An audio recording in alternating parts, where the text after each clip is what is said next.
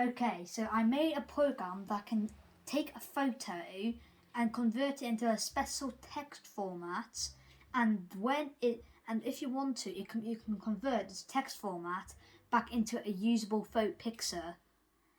So for example, I got this photo here which I encrypted into a format which looks like this, and then I decrypted it and it will convert it into this picture, as this is not the original picture I gave it. Was generated by the program. So how it will work was, I have an encrypt function that will do is it will take in the path of the image, and then it will do is it will get in the width and height of the picture, and then it will get the pixels.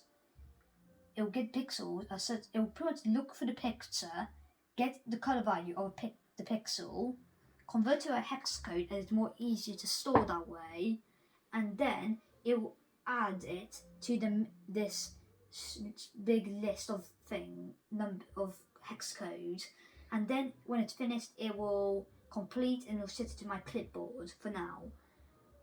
And then for my decrypt function, I look on what I have on my clipboard. The program will detect the certain dimensions of it, of the picture, and set them as the dimensions.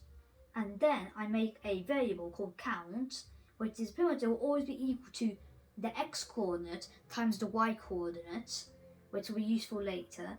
Because I also made a new variable which is equal to this main text from the clipboard, but it will exclude these first letters. They talk about the width and height.